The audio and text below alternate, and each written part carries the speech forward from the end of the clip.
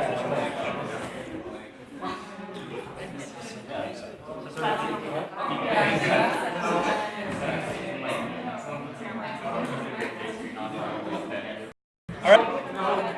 your camera going? Live streaming? Alright, if we can please, we didn't bring mics, we need the audience to be quiet, please.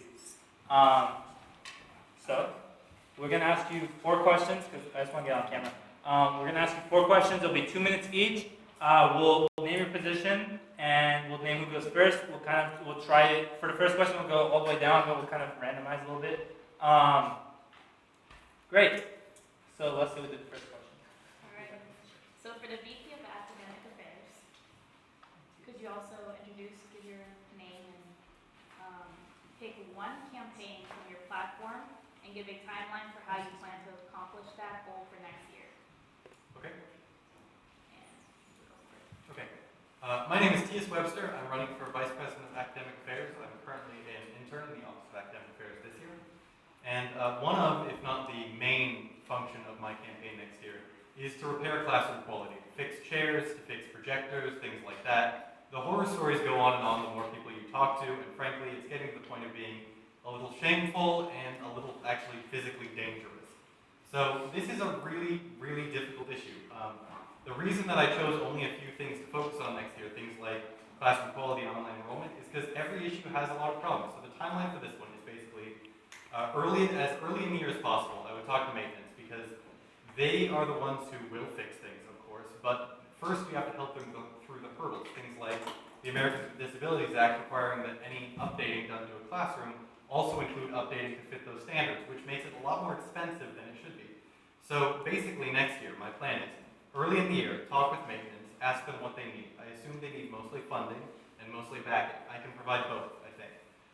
So go around to different offices, try to get the funding we need, explain to them the issues, tell them about how classroom quality is hurting education, about how bad projectors mean classes are being held up, people aren't learning what they need to, bad chairs are meaning that people have to sit on the ground during finals, raises all sorts of questions about efficacy.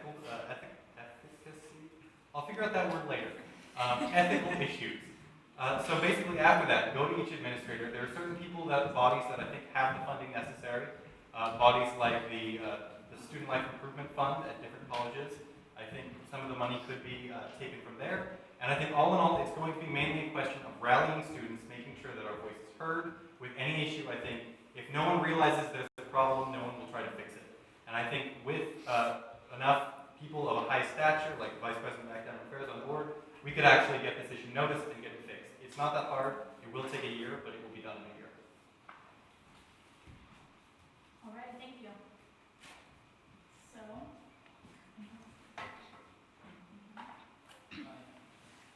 now for the VP of Internal Affairs, could you introduce yourself? And then same question, pick one campaign from your platform and give a timeline for how you plan to accomplish that goal for next year.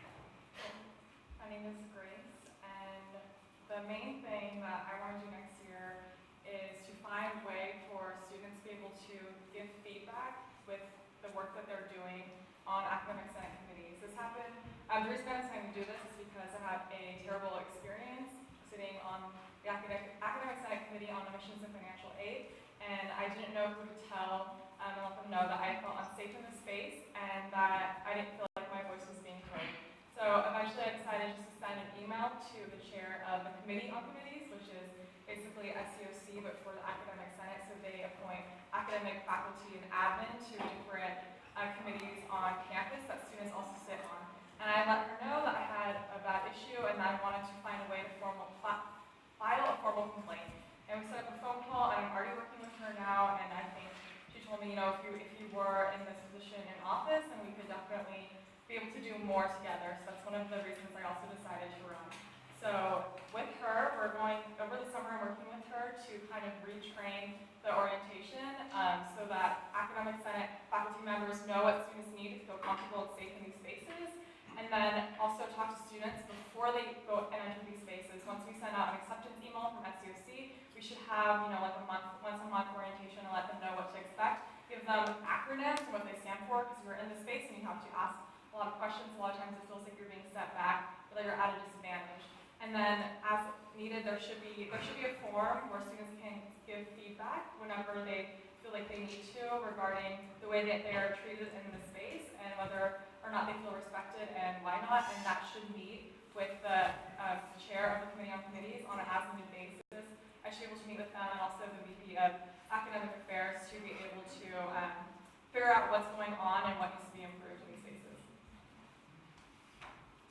Alrighty, thank you.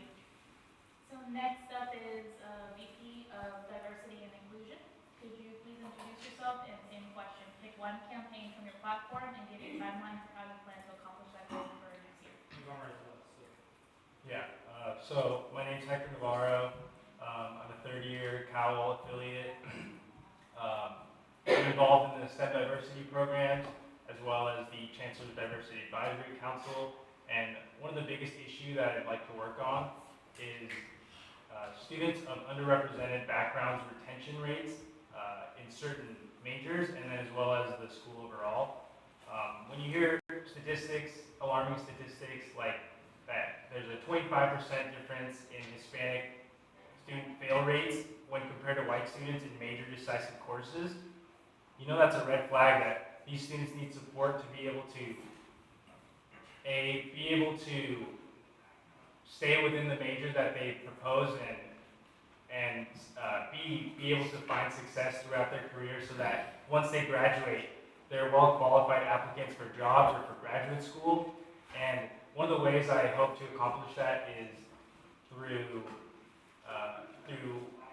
counseling or through academic counseling at major decisive courses like Chem 1A, Bio 20A, Math 3, so courses that are necessary to declare in that major. I want students to be able to be successful in those courses and move on and be able to declare and then be able to reach the goals that they have put forth on themselves here at UC Santa Cruz. And studies show that the environment that a student is surrounded in at their university can affect their developmental and learning outcomes. So I'd also like to improve on the environment that these students are surrounded in so that that can carry over into their academic life, and overall they will be able to have a more successful and more enjoyable time here at UC Santa Cruz. Alrighty, thank you. Also running for VP of Diversity and Inclusion, could you please introduce yourself? Same question. Pick one campaign from your platform and give a timeline for how you plan to accomplish that goal for next year. So hello everyone, my name is Ali. I use they them pronouns. I'm a third year from Porter. One of the points of my campaign is to center the voices of the queer and trans students of color here on this campus.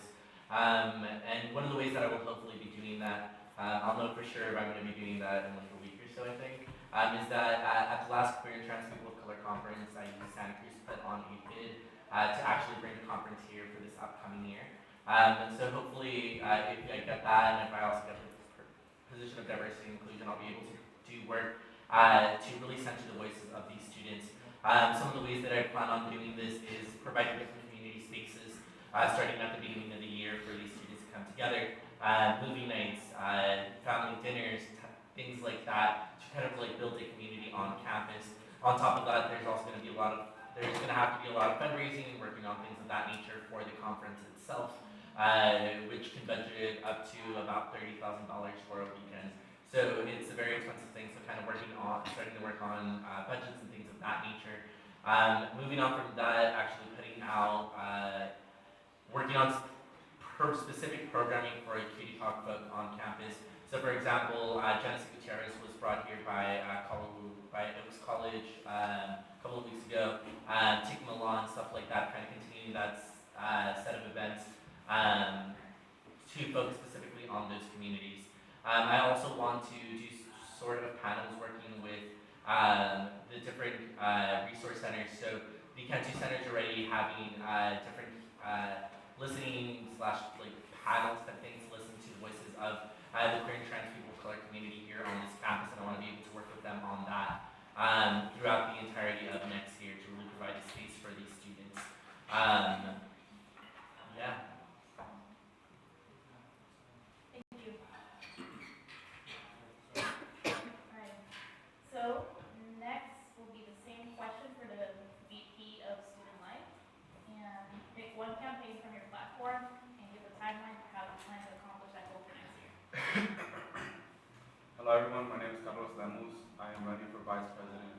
in life. I'm a third year from Oaks, and I'm film and history double major. So one of the biggest things I've already been working on, and I want to continue working on, is the transparency with SUA. One thing that I worked on last quarter as the media historian coordinator under SUA, under the organizing director, was the first SUA overview video, which pretty much explains in 1 minute, pretty quickly, for our generation of short attention span, pretty much what SUA does. Because I went around and I went to go get signatures, and people didn't really know what SUA was. There hasn't really been an effort from SUA to be very inclusive of all the different areas of campus. So one thing I want to do is to modernize SUA.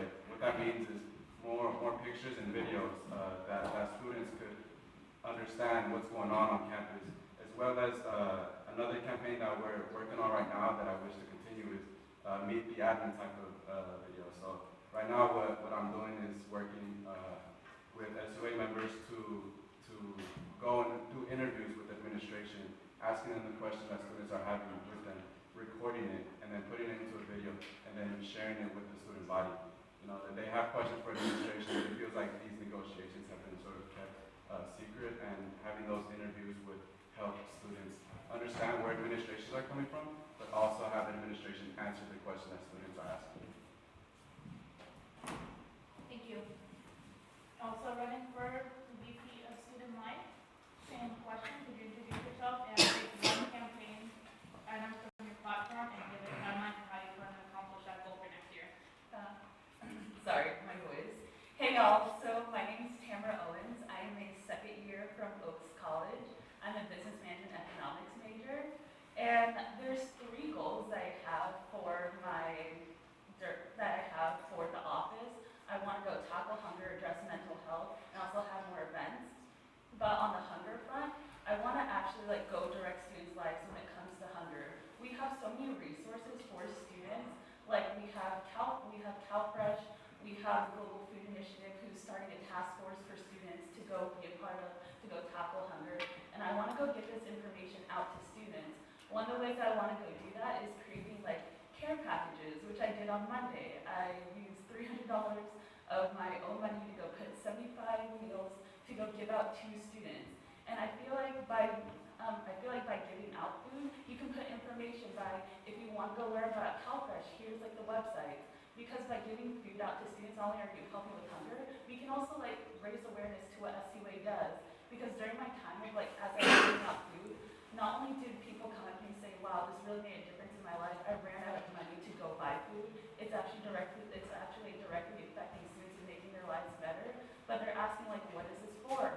What's SUA? How do I vote? So I feel like being out there helping students actually doing something to go address hunger and talking with students, not only does that make SUA more relevant, but also there's food insecurity and ways that we can go solve it as well. And the timeline for that, I put together those meals in a matter of 3 days. So I'm pretty sure I can do that again with an office. But that's about it. All right, thank you. And now we're going to listen to VP of External Affairs. Same question. Could you please introduce yourself and pick one campaign item from your platform and give a timeline for how you plan to accomplish that goal for next year? Hi everyone, my name is Judith and I'm running to be the next External Affairs Vice President. I am a second year currently, incoming third year politics major affiliated with College 8.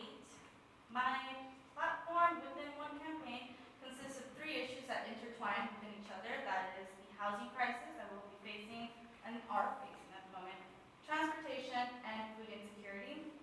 My timeline would consist of first beginning with transportation. I'd like to tackle the transportation issue.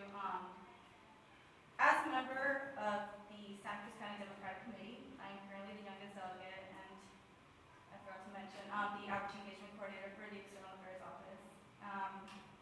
But as a delegate for the Santa Cruz County Democratic Committee, I have befriended a lot of local and state elected officials, such as Luis Alejo, the 30th District Assembly member who actually represents us at the Capitol.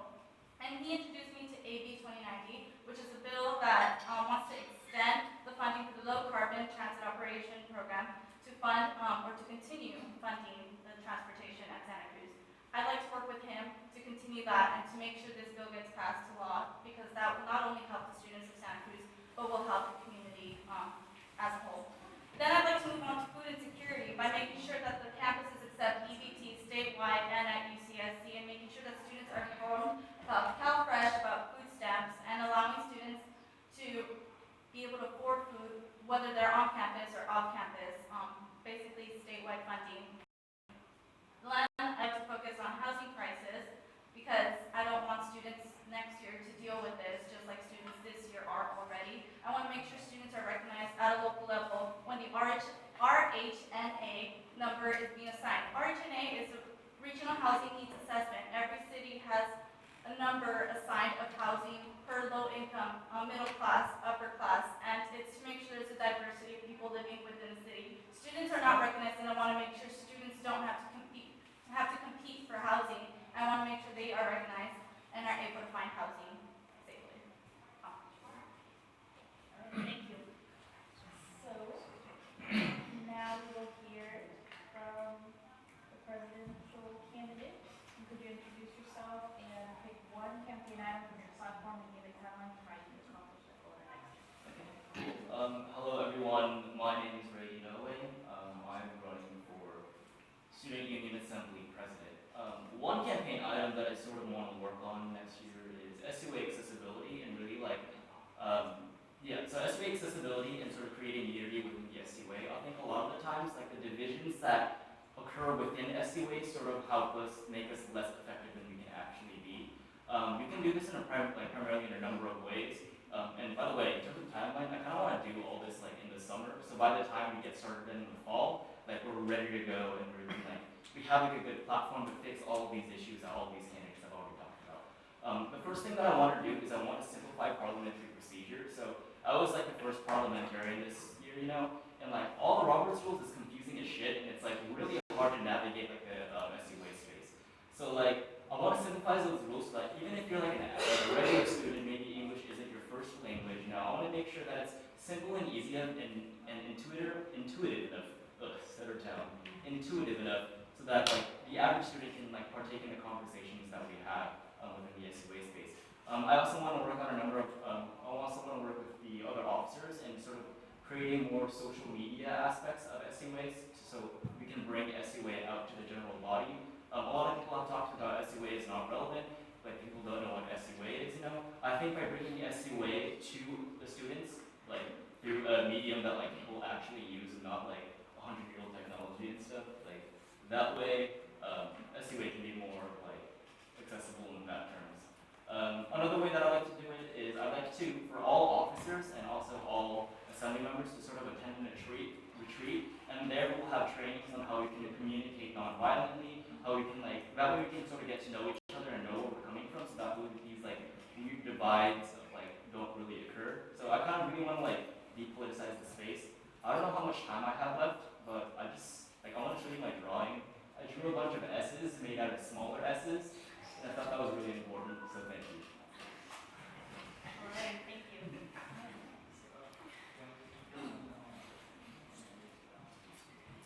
Okay. So this time we're gonna do less time. And yeah, we'll go back first. I'm thinking 1:30 or 1:45. 1:15. A lot of this finish was like 1:30, 1:45. What's the funny thing? Actually, 1:15. 1:15? Right. Oh, I just wanted to let the candidates know that it didn't start your timer until after you started introducing yourself. But now you don't have to introduce yourself anymore, so it's relevant. I also don't start the time until you start talking. Alright, let's try 1:30 first. See how that works. If that doesn't work, Okay, so then we're gonna do 45 seconds and 15 seconds. Yeah? For the warnings.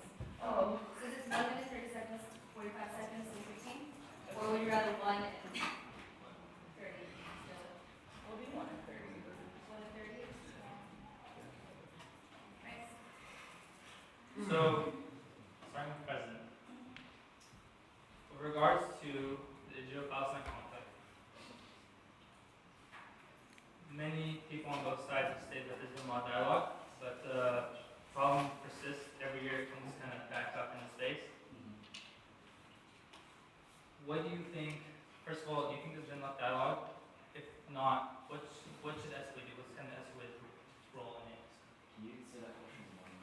So, with regards to the Israel-Palestine conflict, both sides have stated that there's been, or people from both sides have stated that there's been a lot of dialogue. But the problem still comes up every single year. This is something that comes up with regards to an SUA. Do you think there's been enough dialogue? Like, and if not, like, what do you think SUA's role is in trying, in this thing with regards to campus climate and the conflict in general? Right. So the first comment that I want to make is similar. Like you referred to this, the discussion between the Israel and Palestine conflict as a problem. You know, like I understand that these things can get very heated, and I understand that like a lot of the times a lot of feelings can be hurt, and things are like very like a lot of problematic things are said in this space. But I don't really see it as like a problem. I think SUA needs to have those really difficult discussions. You know, and because of that, like I think what SUA needs to do to sort of like supplement that sort of dialogue is to make a platform where that discussion can be had. Those really hard and difficult and personal discussions can be had through like a safe space, you know. And one thing, like I already mentioned this earlier, but through the retreat and through the trainings, I think if SUA assembly members and also like SUA officers learn how to communicate, you know, and like not doing like these ridiculous personal attacks, you know, and like this being super political about it, I think maybe we can like discuss the issue calmly. And like I understand that people are very passionate about this, but I mean, sort of like translating that passion into sort of like a medium of like good, productive conversation is like something that I'm definitely interested in doing. But you know, I don't see like that discussion as a whole as a problem. I just think that it's something that we should be talking about for sure. Yeah.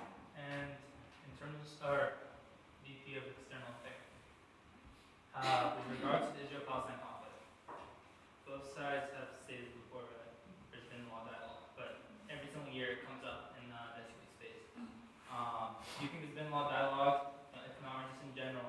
What do you think SUA's role is with regards to this conflict, like in terms of campus climate, the conflict itself, etc.?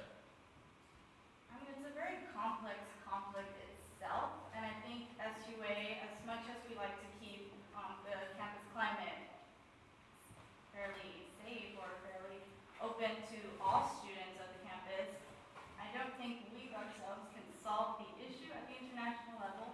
But as the External Affairs Vice President, if I see any sort of discrimination in general, any sort of discrimination brought into this specific issue, I will stand up for it. I will say something about it. And I just want to make sure that students have this equality. And as Bree was saying, yeah, we can't ignore the discussion. We have to be able to provide a safe space for students to discuss these issues, because in the end, students are being affected by it, and if we shut them down just to completely avoid the issue, we are hurting the students ourselves, and that is not our goal. VP of Student Life, starting with Tamara. With regards to the Israel-Palestine conflict, it comes up in SUA almost every single year, and there's lots of dialogue on the subject. From both sides of the state, there's lots of dialogue. Do you think there's been a lot of dialogue?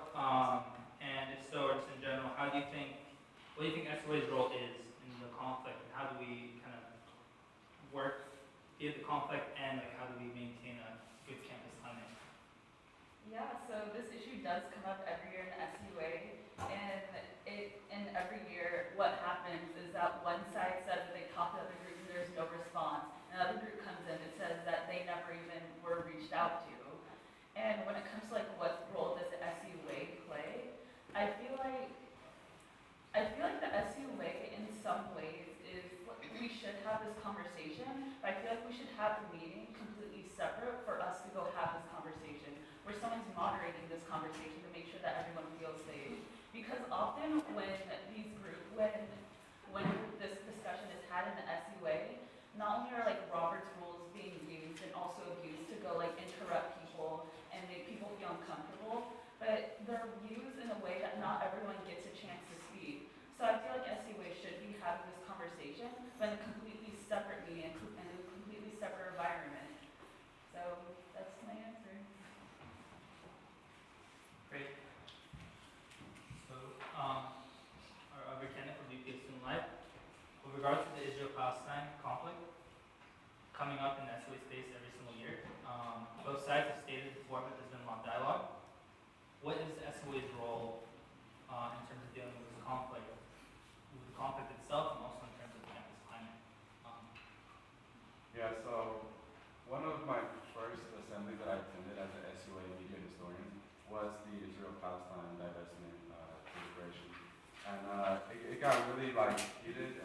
lot of emotions in the air and stuff like that.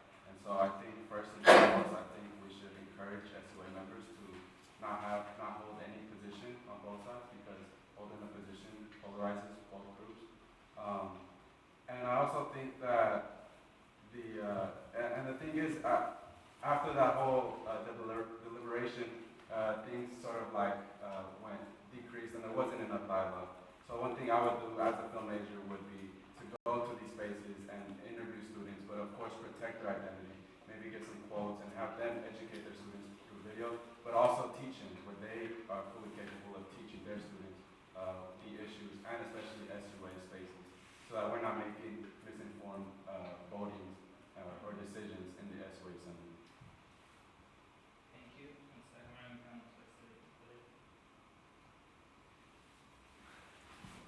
okay. So, VP of Diversity and Inclusion, starting with Lee.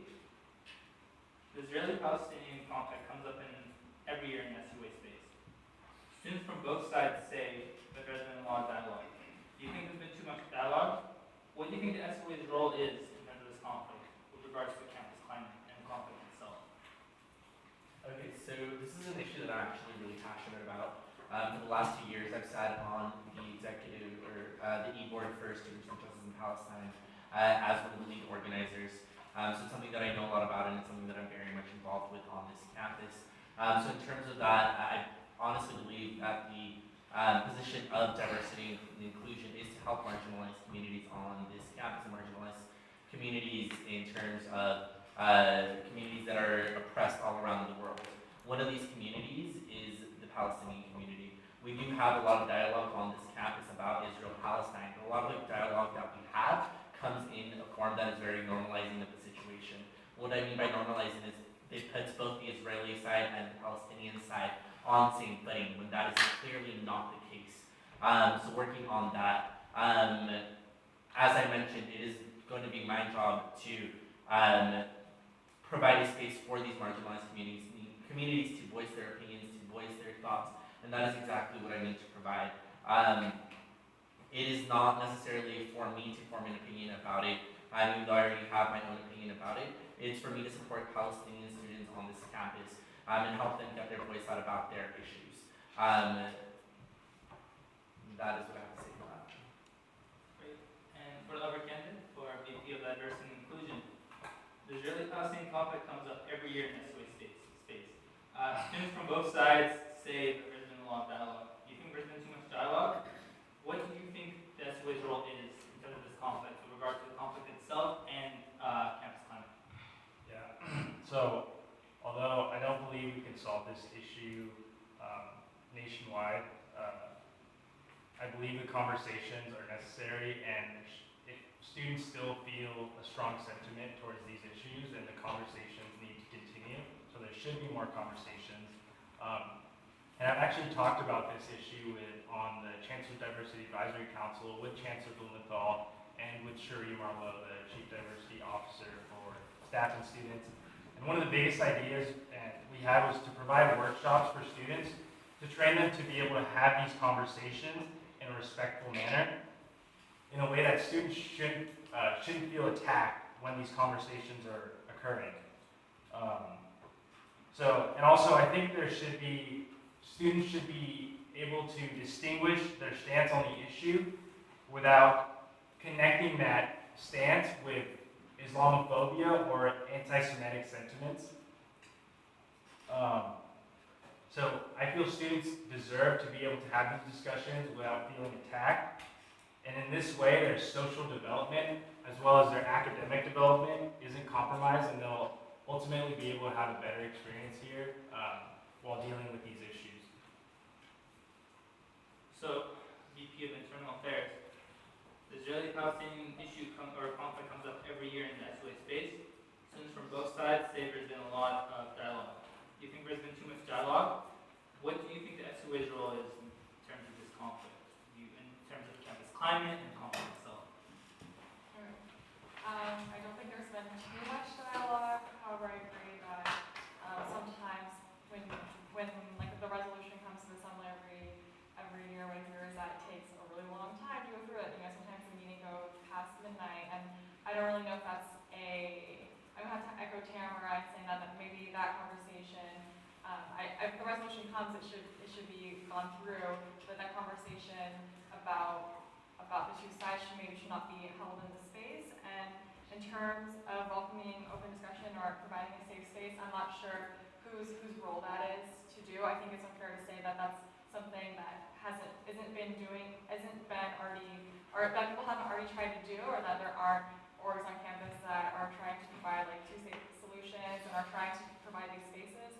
However, like I would definitely encourage a safe space and bringing in maybe perhaps people from the restorative justice unit on campus. I just don't know if that is specifically my responsibility to do, or whether or not SUA should be taking a side, because I think both ends leave one group feeling marginalized. VP of Academic Affairs. The Israeli-Palestinian conflict comes up every year in SUA space. Students from both sides say there's been a lot of dialogue. Do you think there's been too much dialogue? What do you think the SUA's role is in terms of this conflict with regards to campus climate and conflict itself? To answer the question very directly, no, there has not been enough dialogue. There hasn't been too much, there's been very, very little. I think what people think was us having more and more dialogue about the divestment issue was really us just talking about constitutional issues that came up around it. And I think students, by coming to that SUA meeting, yes, it was kind of messy, it was kind of heated. I left that night feeling drained, but I think that was one of the best SUA meetings, if not the best one I've ever been to, because students really did show up and students had a voice, and that's the only time this year I think SUA has felt like a public space. And I think that was really important. I think people were trying to have that dialogue, but I think by having to fit this issue of it being a constitutional question with the ruling of Shaz Umar a couple years ago, I think that it became this question of logistics and not this question of student opinion. And I think to answer the second portion of the question about SUA's role, I think SUA, above all else, is meant to represent the student voice. When we pass a resolution, that's saying that this is how the students of UC Santa Cruz feel. And I think the students came to that meeting, they tried to say how they felt, and I think we had to ignore them because that wasn't the issue on the table. And I think that was wrong. We should have facilitated the debate, we should have made a space for it, we should have made sure it went on instead of just solving it at our level and letting it die. I think that SUA's role is to bring that back, to ensure that we have that discussion, and to ensure that finally there is enough discussion on the topic for us to get a correct opinion that correctly reflects the opinions of every student at UC Santa Cruz. And I think until we have that dialogue, we can't feel that way. Okay. Alrighty. Yeah, that could be great. Should they?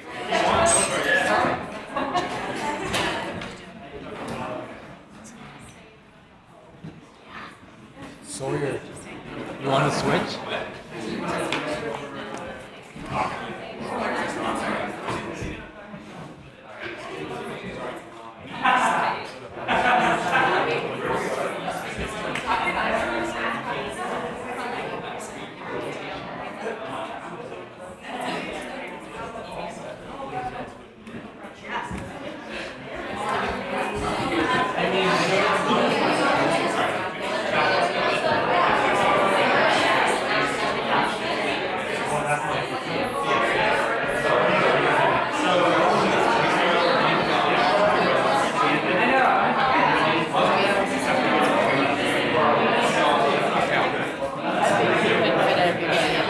I try to always only have advantage anytime. Or like, Right, so you don't go like all the way over. Yeah. You see the rest of Yeah. Okay. So it's at 58%. So 15 or 50? 58. 58, okay. So around like Still keep 8. it in there for like an hour, it should be okay, right? Yeah, I should probably get up to like maybe like 68, and then if it's like if you're leaving at 8 o'clock, it shouldn't even be on. It that should much be, longer. yeah. Okay, cool. Cool. Thanks for letting me know. Yeah, absolutely.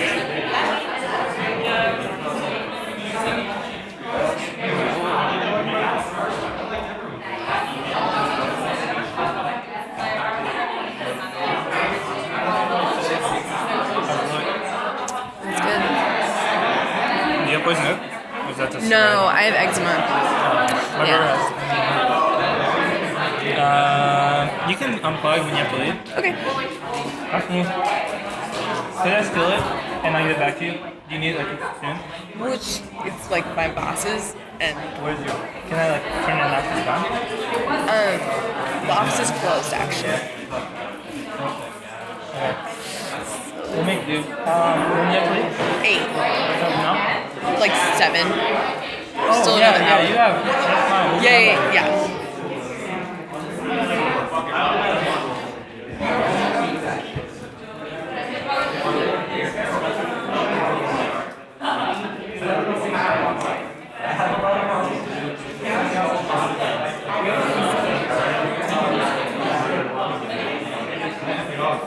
Alright, we're gonna go ahead and start.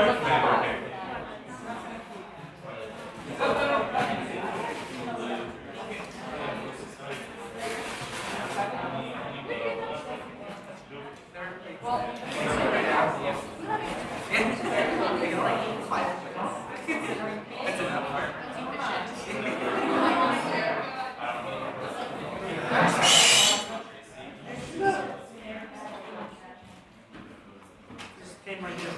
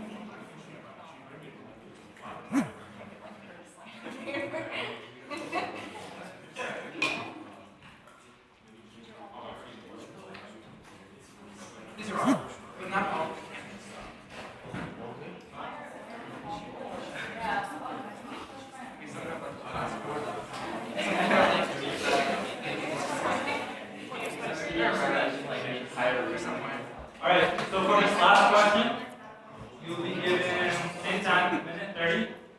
However, different candidates, not different candidates, different positions will be asked different questions. So be aware. So this will be our last rundown. One question, but there will be two, depending on which candidate you are, or which position you are, you'll have a different question.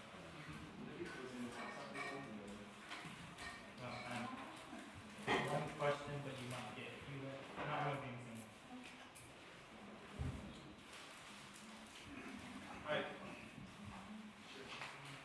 Okay, so let's go ahead and start with the president candidate. Actually, kind of last time? No, we started last time, sorry. Let's do VP of Student Life first. So we'll start with, I think, let's just do Carlos. We did that way last time.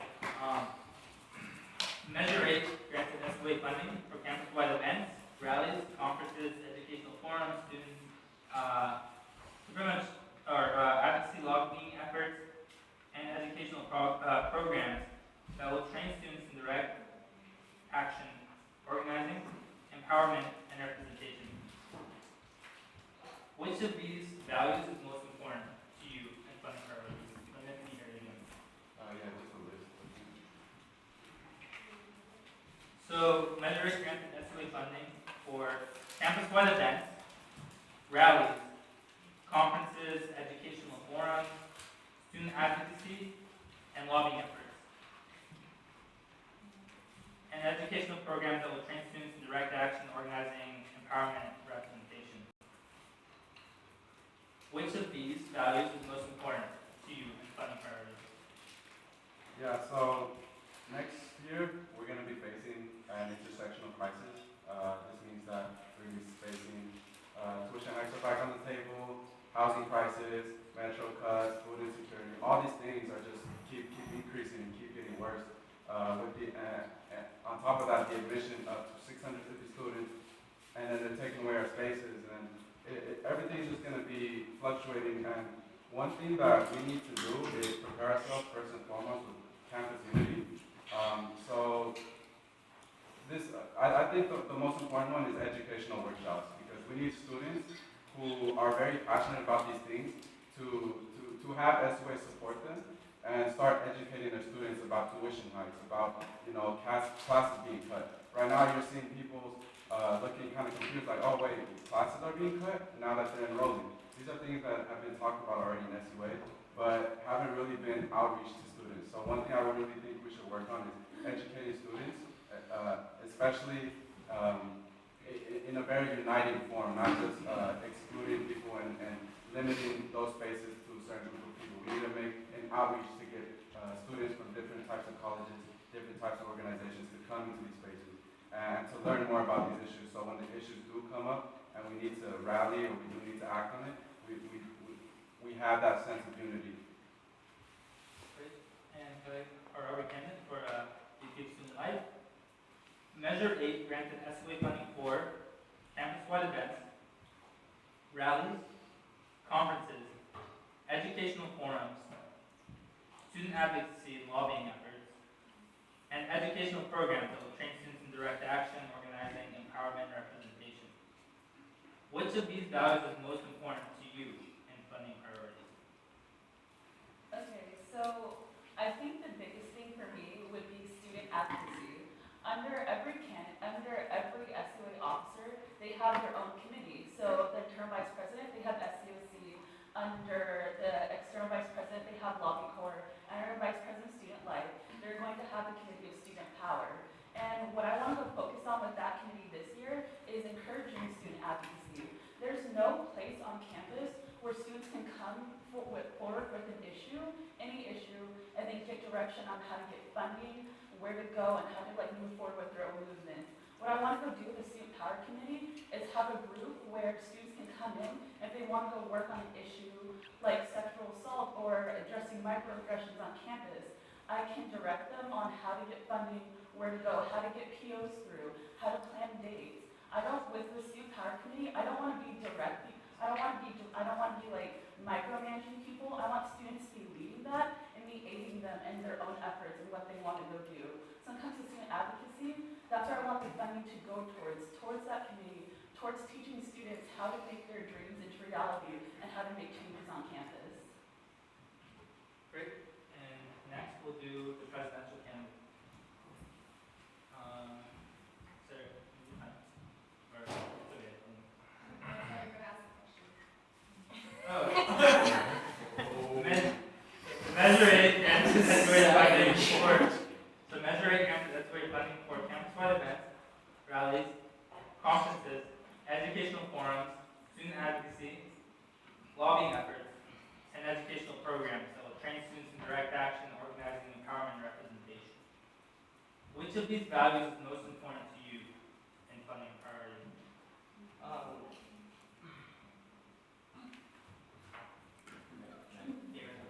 Okay, so yeah, yes, the SUA is it's supposed to do lots of different things, and I think we shouldn't shy away from trying to do everything, but for me, I have a number of priorities. I think the first one is empowering communities, I feel like in past years, the SUA has sort of been a body where we would work on something and be like, hey students, let's come together and work on this, and that's almost like, hey students, can you empower us? But we want the SUA to sort of provide platforms and resources and connections to administrations that people need in order to fulfill the goals that they want, So regardless of whatever the issues is, I think SUA empowerment of those communities is huge.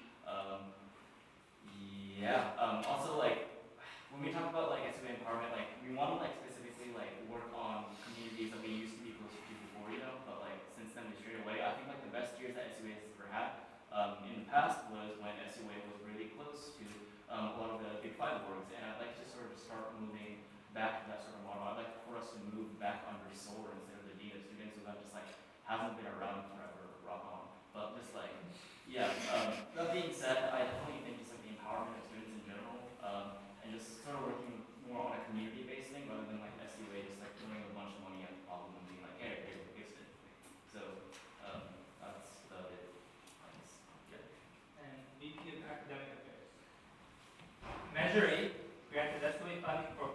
campus-wide events, rallies, conferences, educational forums, student advocacy, lobbying efforts, and educational programs that will train students in direct action, organizing, empowerment, and representation. Which one of these values is most important to you in funding priorities? Above all else, I think conferences and student education, because I think it's easy for us to sort of be this disappearing body as the SUA, these disappearing candidates where we get elected and we have an agenda and then the students who voted us in sort of never see us again. And I think that we need to reach a point where we teach students how to be a part of the system that really is built for them, not for us, and how to bring their problems forward and ensure that they're acted upon. Because I think in this current system where it's just this small group of people acting on their beliefs and their values, I don't know that anyone is really being represented. And the SUA is meant to be a representative body. I mean, it's in our Constitution, it's in our mission statement, it's what we're meant to be. And so I think, frankly, if we were to use this money from Measure 8 to educate students on how our system works and ensure that they have the methods to directly communicate with people in the SUA and in positions that can give them the resources they need, I think that we could increase that level of small issues being seen to by large bodies. I think that the power and the concerns are too separate right now for them to be addressed by one another. And I think that at this point, nothing will get done until people who have the problems can make the change. And I think under our current system, we're not giving them that power, and that's not a representative body, that's a governing body. And I think we need to make a return with this money to putting students first and ensuring that they're the ones that determine our agendas, not the other way around. So now we're going to move on to,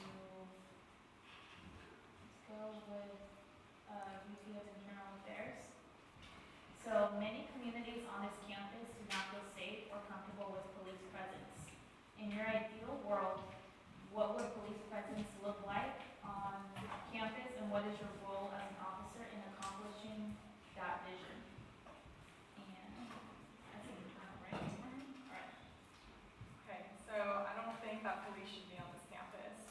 I'm not comfortable with there being a police headquarters, and I think that that presence is, you know, if there was an extreme emergency or like active violence on this campus, there should be police involved. But in terms of large-scale campus events, I don't think that their presence is beneficial to the student body.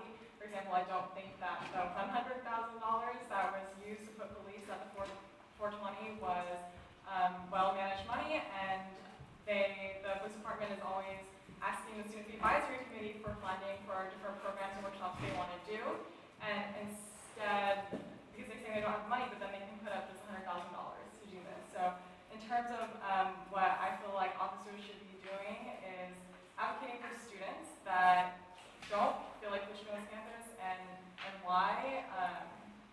And yeah, that's all I have to say. Thank you. So same question for diversity and inclusion. Let's just go down the line this way. So after. Many communities on this campus do not feel safe or comfortable with police presence. In your ideal world, what would police presence look like on campus, and what is your role as an officer in accomplishing that vision?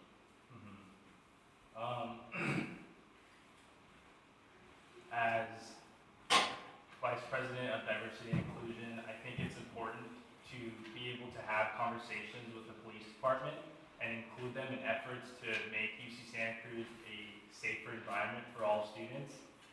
I think the idea of removing all police from campus is something that's sort of extreme.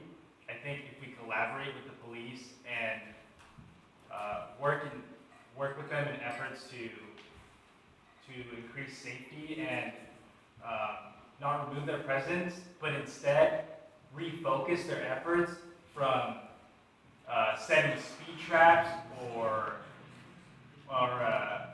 looking out for students who run stop signs or just harassing students. I think if we refocus the efforts of police into making UC Santa Cruz safer for all students, I think that would be the best presence of police, where they don't focus on harassing students, but instead work with students to make it a safer environment.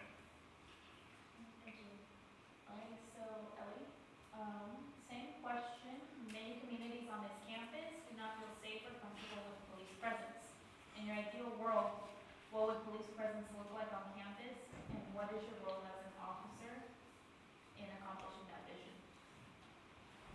My role as an officer, specifically as an officer, Vice President of Diversity and Inclusion, is to make marginalized communities on this campus feel safe.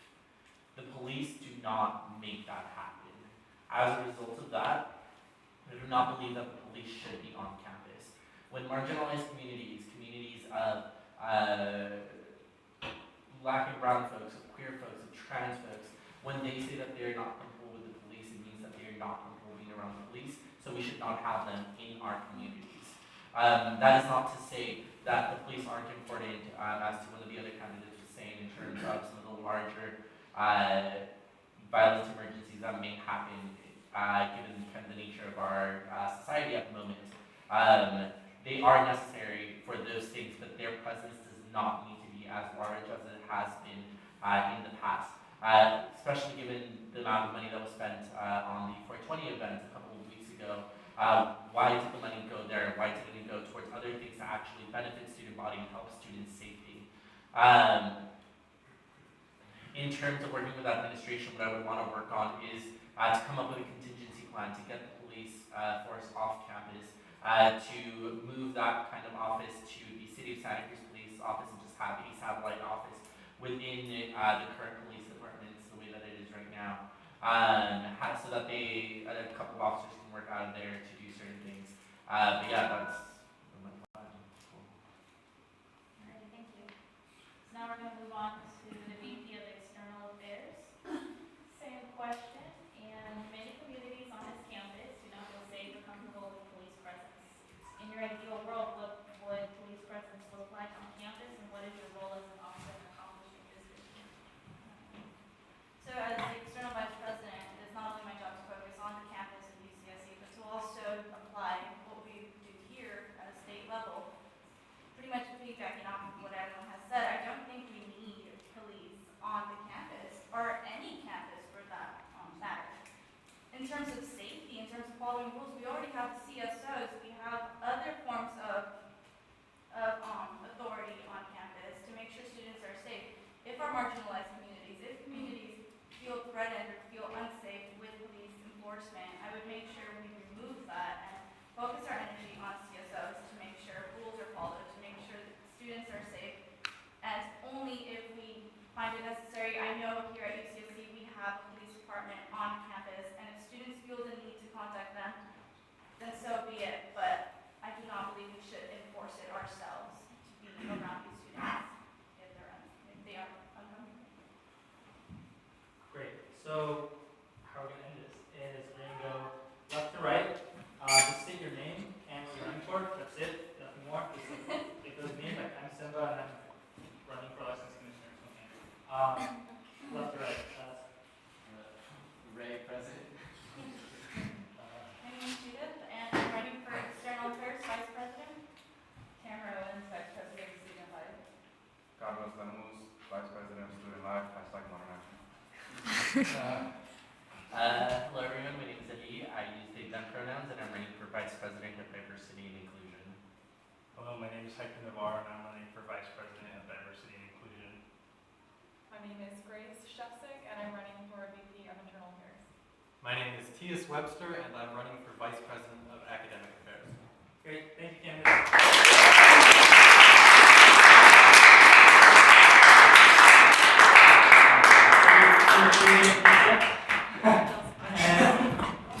We're going to have another pizza break, and we'll start up with the referenda. We're going to start with, we'll go basic forcing question 6, so numerical incrementing. And everyone will personally give a presentation, and then we'll have going down with the question. I want to go.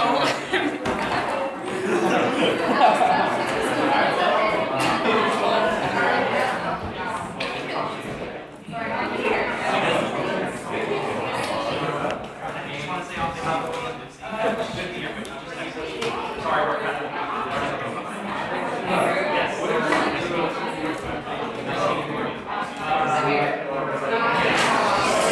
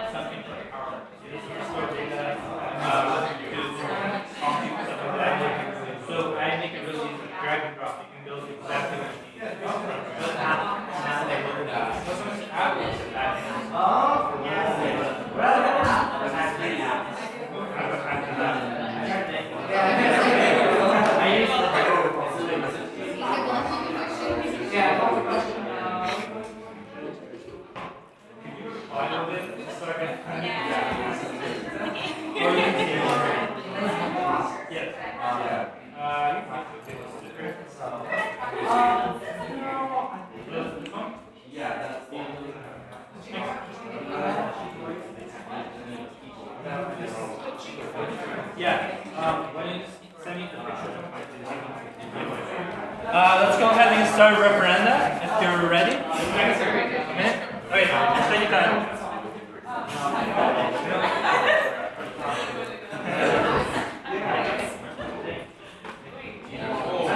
How's the battery go? Good. 62. Cool. Yeah, I think we'll be fine if we fix the center first. Yeah, and like, I think we'll be done by then anyways. It was just like a cautionary just in case. So. Do you have like class or something at? No, I have QFS. We have like a dress rehearsal thing, tech stuff. Yeah. Are you all prepared for that? I hope so. I'm just modeling, so I don't have to actually do anything. Yeah, it's just my friend's doing a lot, so I'm excited. Yeah. I just have to walk. I hear a lot of good things about it. I'm kind of excited. Yeah, I did it last year. It was so. It was, yeah. How many times have they done I don't know. It's been going on definitely before we were here, but yeah. It was awesome because they give all the proceeds to like different charities. So, like this one's going to like the AIDS project or something. I don't know. It's really awesome. Yeah. Thanks for being our camera person. No problem. Manny needed a break, so I don't know where he went.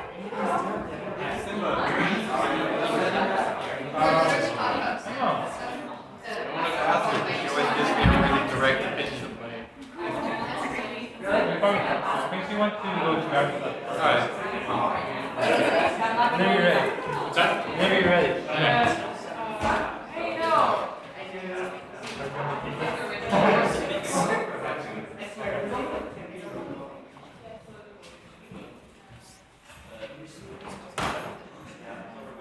Take your stance wherever you feel comfortable. Okay.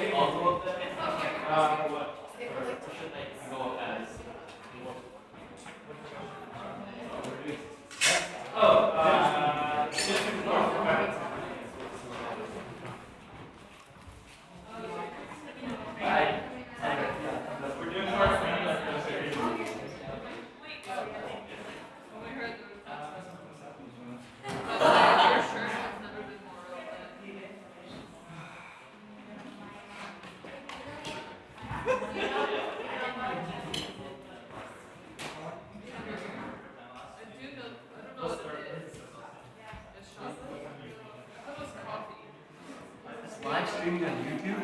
Yeah. Right now? Yes, we have one viewer. Go on. You know who that person is? No. Well, we have two. The thing is, we can't stop the live stream without being so it's just constantly going. So once we start, we're going. But that's right, you can't stop it. So we got all those pizza breaks and. Alrighty, everyone, please quiet down. We have measure 64, right? Measure 64. 5 minutes to present. You can use that however you want, and then we'll go into questions from the audience. Sure. You want me to present it on measure 64 and 65? Well, let's do 64, 65, and 68 questions for everyone. Some questions will be for both. For that? Okay, so that right. So you present 64, then like make it clear if it's 65, then we'll bring up 68. Sure. Go, whenever you're ready. Hi everyone, my name is Dustin Smucker and I am the head of the recreation department at Opers. I'm also the head of the physical education department at Opers. And I'm going to present for 5 to 10 minutes on measure 64 and 65. Let's start with measure, well let me say this first. Before I get into what these measures are, I'd like to say a little bit about what they're not. So these measures are not related to athletics and the future of athletics. There's been a lot of confusion around that because there's a lot of things that have come out of Opers. These are measures that are completely separate from the future of athletics. Also, I'd like to just kind of make it clear that these measures are not in any way tied to staff salaries or salary increases. There's been a lot of questions about that. It sounds like, and not necessarily from SUA, just kind of things that we're hearing. It's, oh, you're trying to get money so you can make more money? And like, that's not the case. As you all know, the staff salaries are a process that's completely separate from student fees. So just want to make that clear. And then we also just want to say thank you. You all, and just what we witnessed right here, you all are some of the most informed, inquisitive students on campus. And we really appreciate that, especially going through the referendum cycle and seeing that there are plenty of students that are less informed than you all. So I really appreciate the motivation to be educated and to kind of remove our preconceived filters and learn about these things. So that's our goal, is to help educate students and encourage them to make good educated votes. So, all that being said, here's what they are. Measure 64 is the physical education department. PE classes are classes that you all sign up for through the AIS portal, just like your regular classes. There's 0-unit classes in everything from swimming to scuba, sailing, yoga, martial arts, dance, and 10-week classes that meet at Opers, and also down at the harbor, if there's sailing, rowing, kayaking. If you're a student and you enroll in these classes,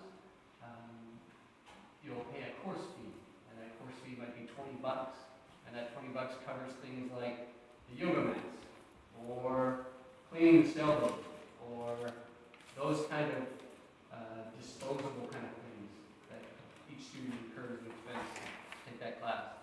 Those course fees do not cover the major expenses of PE, and those being the instructors. So 87% of the instructors of the budget is to pay for the instructors who teach the classes. Each year we have about 2,000 students that enroll in PE classes. This last year we had about 220 sections of students. This fee is an amendment to Measure 32, which was passed in 2007. And that fee was for $4.50, and it was for undergrads and for grads. And it was a fixed amount at $4.50. Since then, and sort of during that time, as you all know, expenses increase. On average, staff salaries, which the instructors would be relevant to, increase about 3% per year. Benefits increase about 5% per year. And then as we increase the number of sections, all of these things start to add up to where we're sitting currently in 2016, where we have a structural deficit in the PE budget. And so this measure is to add $8 to the $4.50 for a total fee of $12.50. If this passes, what we're looking to do is be able to add additional sections of high-demand classes. I often like to cite the example of swimming. Swimming being one of these baseline life skills. And I think of swimming as sort of if we have resources growing up, it's more likely that we learn to swim. If we grew up with limited resources, we have less chances to learn how to swim. And I think the PE swimming classes provide one of the most affordable, high-quality introductions to this basic life skill that can't be found anywhere else here at UCSD. Swimming then leads to other PE classes such as scuba, sailing, and other water-based classes that comprise about 40% of the PE curriculum. All right. So, let's go straight to 65. Okay, sure. Unless you want to take a break, it's up to you. That's fine. Cool. So measure 65. So this is measure 65 Opers facilities. This is a $30 fee. It also is an amendment to a fee that was previously passed. In this case, that previously passed fee was the Student Life Facilities fee in 1985, and that was to pay for a number of different student life facilities, such as a lot of the Opers facilities and spaces, and also student union government spaces, student media center, student union government building. The fee that was passed in 1985 is now split, and so the Opers facilities fee is an amendment to that previous fee. This fee is to, again, account for the increased expenses that have occurred since that fee was first passed. in 1985, minimum wage for students, well, minimum wage for humans, and for any employee was $3.25. Currently, the minimum wage is $10. And I mention that because OPERS is the second largest student employer on campus. We have over 200 student employees in the OPERS facilities alone. And that accounts for about 40,000 student hours. And so when we have these increases, such as minimum wage, that affects our budget and it impacts the way that our budget kind of lands at the end of the year. If this fee passes, we're hopeful to be able to deal with a lot of deferred maintenance projects, things such as the pool filtration system, which has been cited as not being able to keep up with the standards that pools ought to be kept up with. And so that is a major project that needs to be dealt with on the reserves. Also things like lighting the upper east field. It's things that students have cited saying, I just don't feel safe after dark up there. So I'm not going to go running around. And each of these things we're talking about deferred maintenance projects, I think of as just giving spaces to students. I think one of the timely realities about this cycle right now, the housing crunch is a huge issue for you all right now. That's definitely not lost on us folks at OPERS. And we like to be able to provide those spaces to run, to breathe, to get out of required spaces. But the OPERS facilities fee isn't the only one on the ballot that provides student spaces. 66 does the same thing. It provides spaces for students to get out of crowded door spaces and to just relax. So if OPERS facilities fee does not pass, we run a number of different models as to what we would do to deal with that. The reality is we'd likely have to reduce our hours of facilities by about 40% in order to deal with that structural deficit that's ongoing. And then we go from there. But there are a lot of models that we're having to do to try to ask the question of what would happen if it wouldn't pass. And we don't say any of those things just to say it's like we're like a threat, like, hey, pass it or else we're going to close it all down. We're not saying that. We're just trying to let folks know that we're trying to be responsible with this budget. And instead of saying, well, if it didn't pass, it's business as normal. We just can't do that. So that's a little bit about the OPERS facilities fee. Checking my time, we've got a minute 13.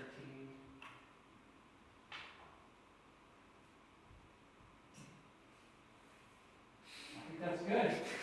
There's a lot of other things I want to talk about. I want to hear what kind of questions you all have. I could go on and on, but I want to make sure I want to hear your questions. Awesome. Let's do Measure 66. Yeah. We'll bring you all down for questions. Okay.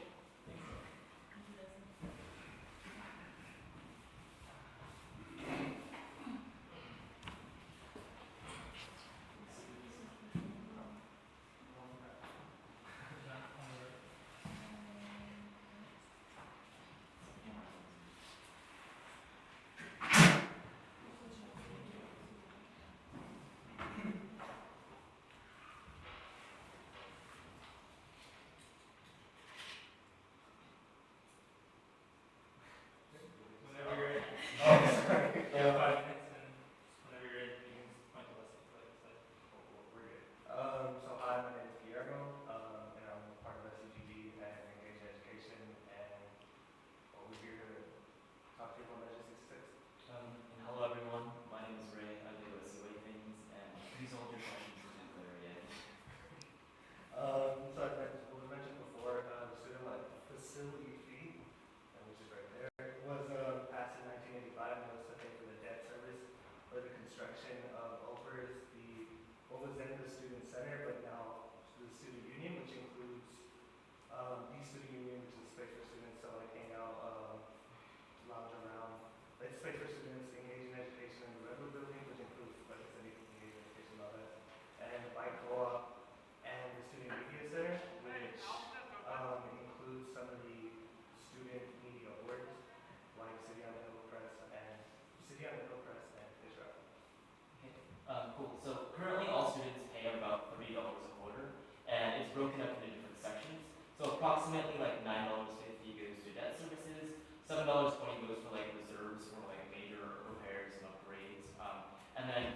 $17.30 goes for facility operations, and maintenance, which is split.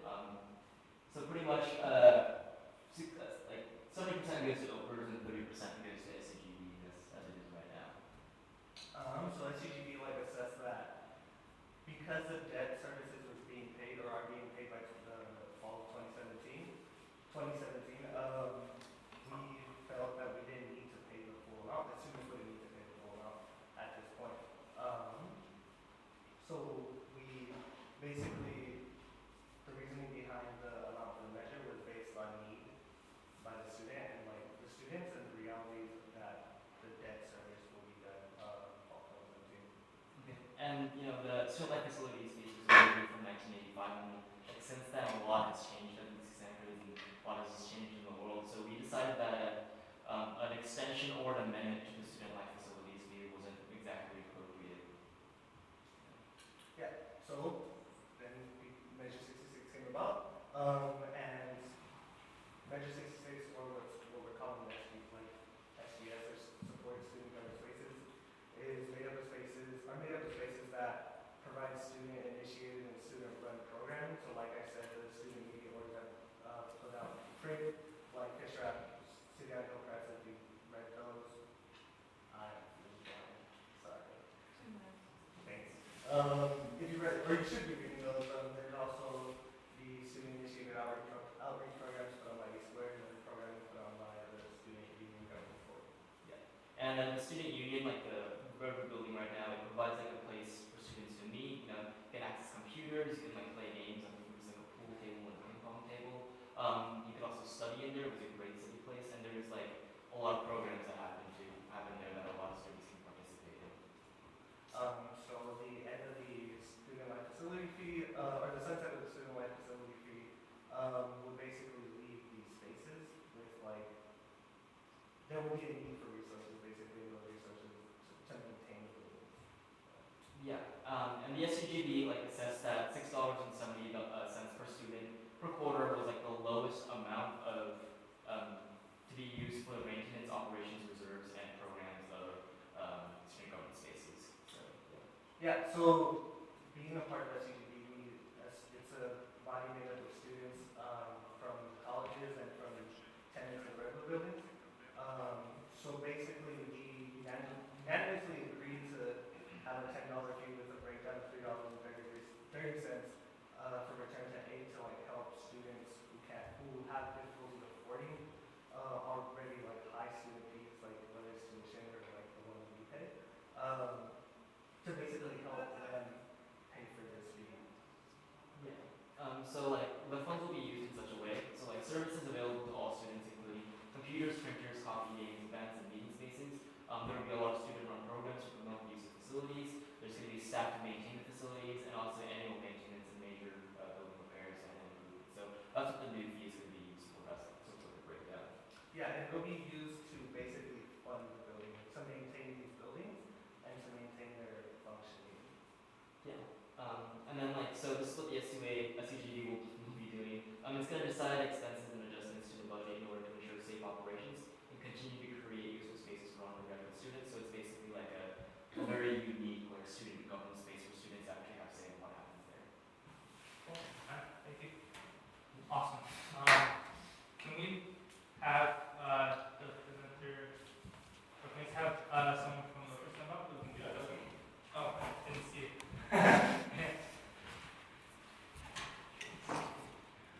Great. First I want to open up this to the audience. Does anyone have questions for any of these measures? When did SUGB and OPERS decide to split? Was that this year? That was, yeah, earlier this year. Okay. Can you got it. Oh, really? is there more? Sorry. Oh, no. Okay. So there's been like banners and like advertisements and like state athletics. And it's like sort of like implying that athletics is going to be, you know,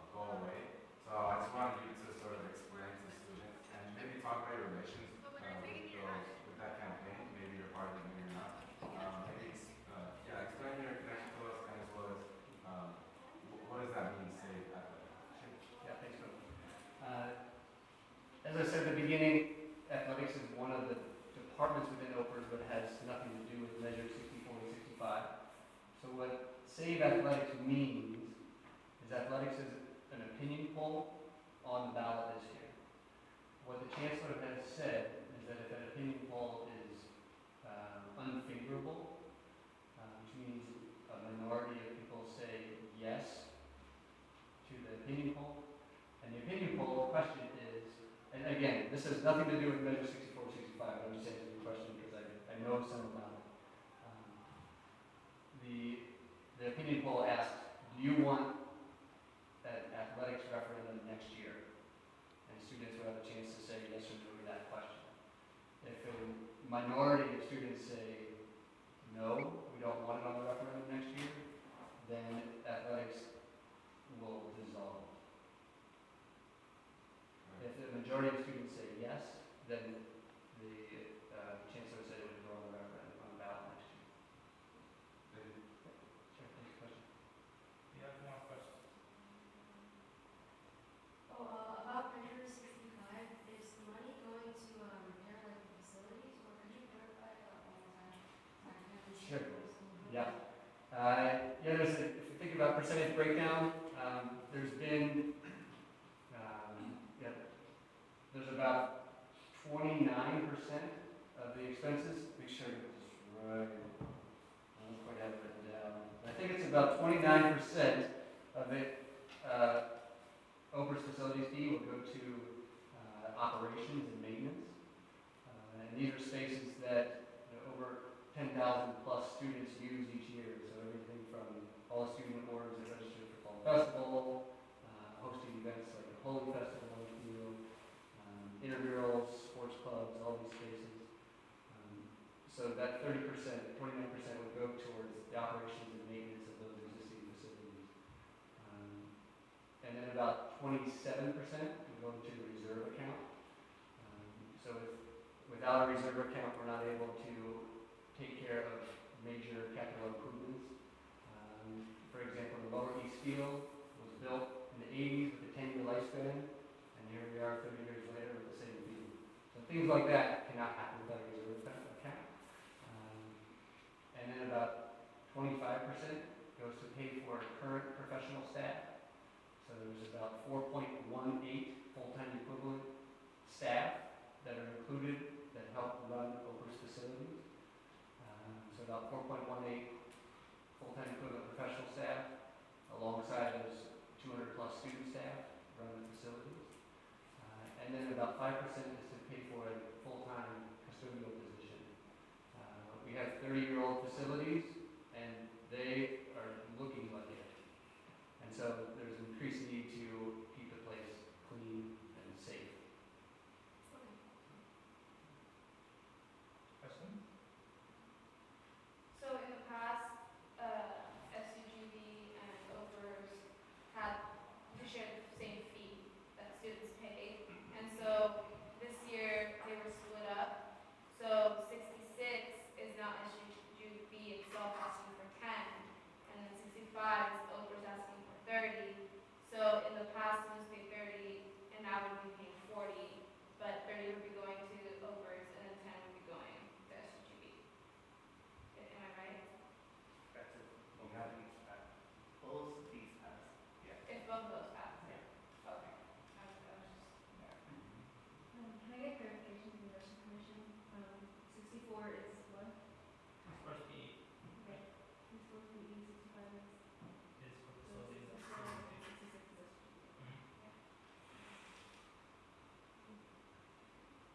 Can you speak a little bit about return to aid for 64 and 65? Sure.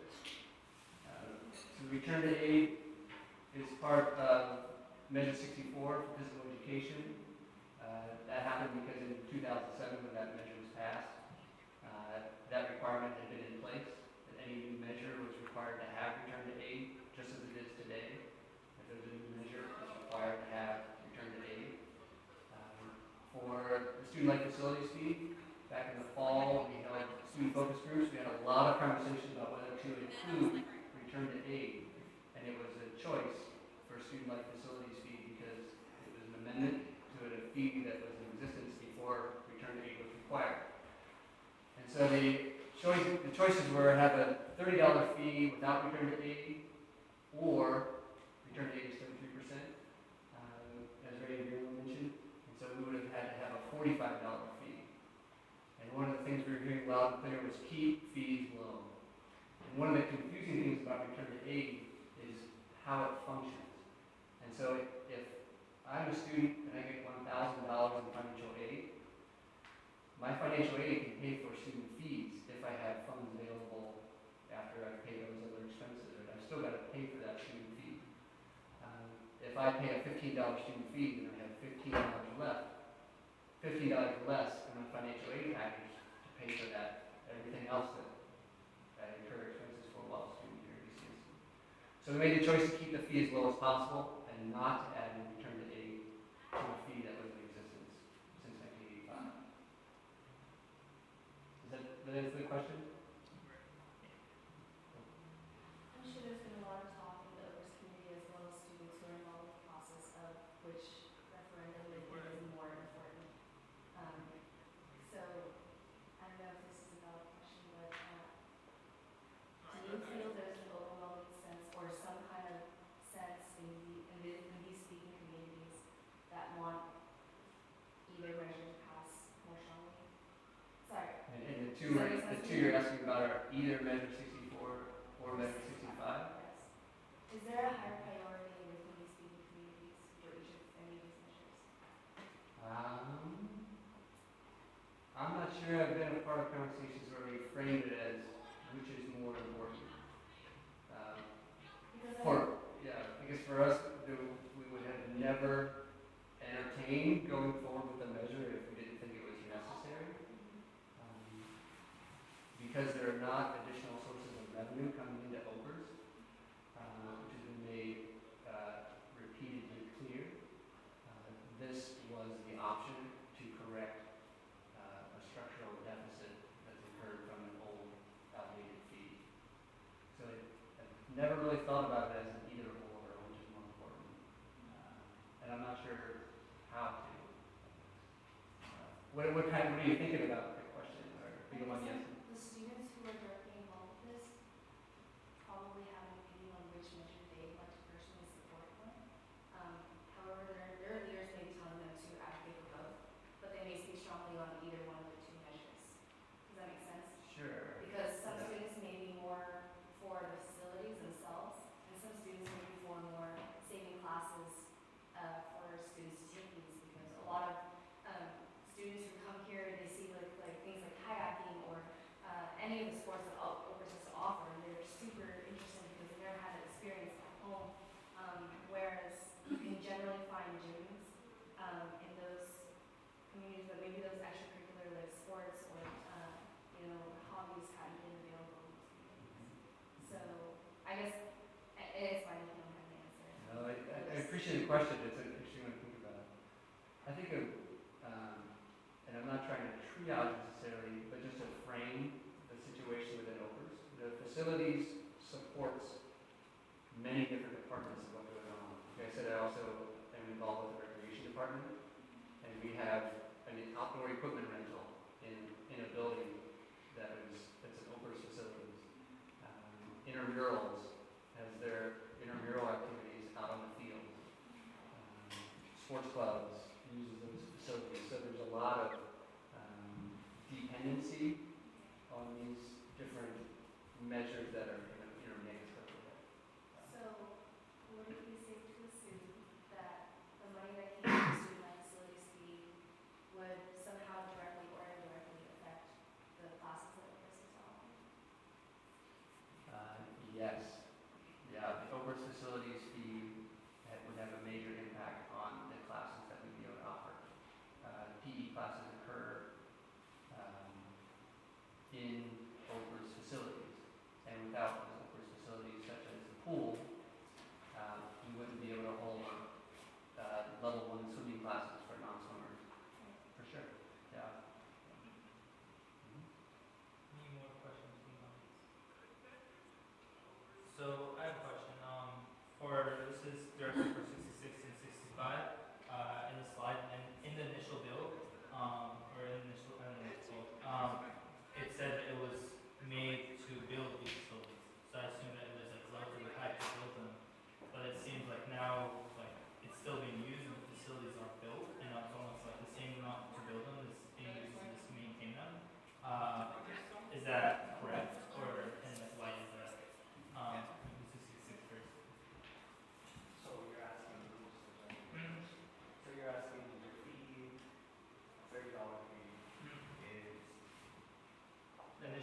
the initial one, the student life facility fee, the initial one.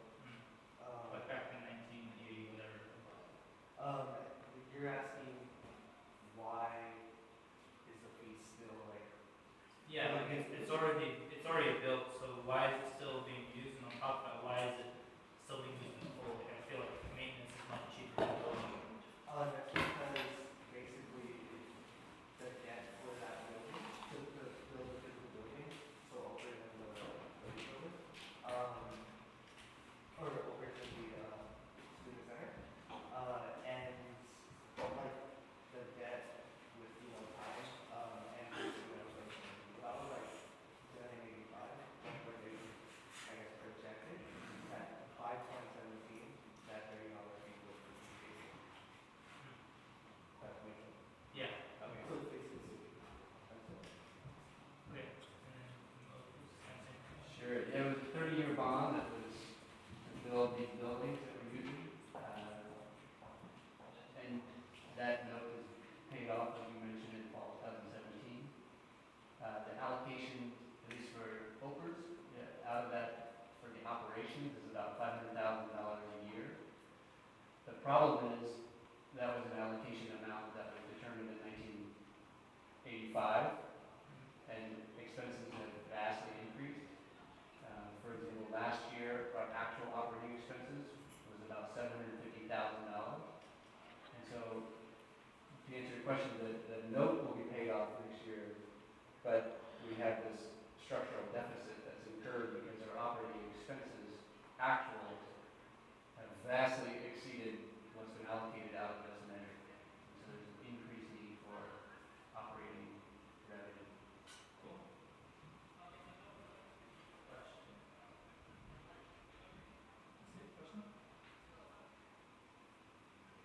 Cool. Do you all have like final comments you want to make?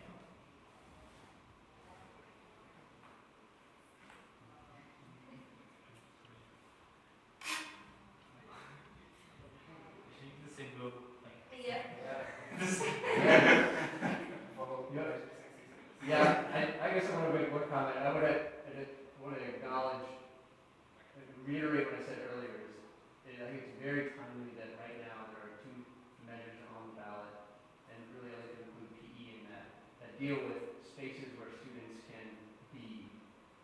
And what I mean by that is like to get out of the dorms, to get out of crowded spaces, and relax. Like you mentioned, like, this is a lounge. You can come chill, play pool, or you go to Opers and swim in a pool, or you just have options on the ballot this year that impact and directly provide an antidote to overcrowding here on campus.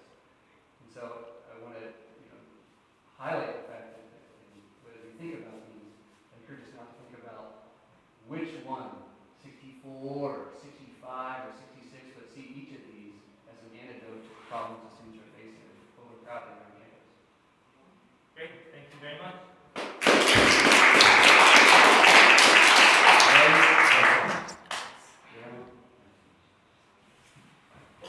Well, thank you all for coming out.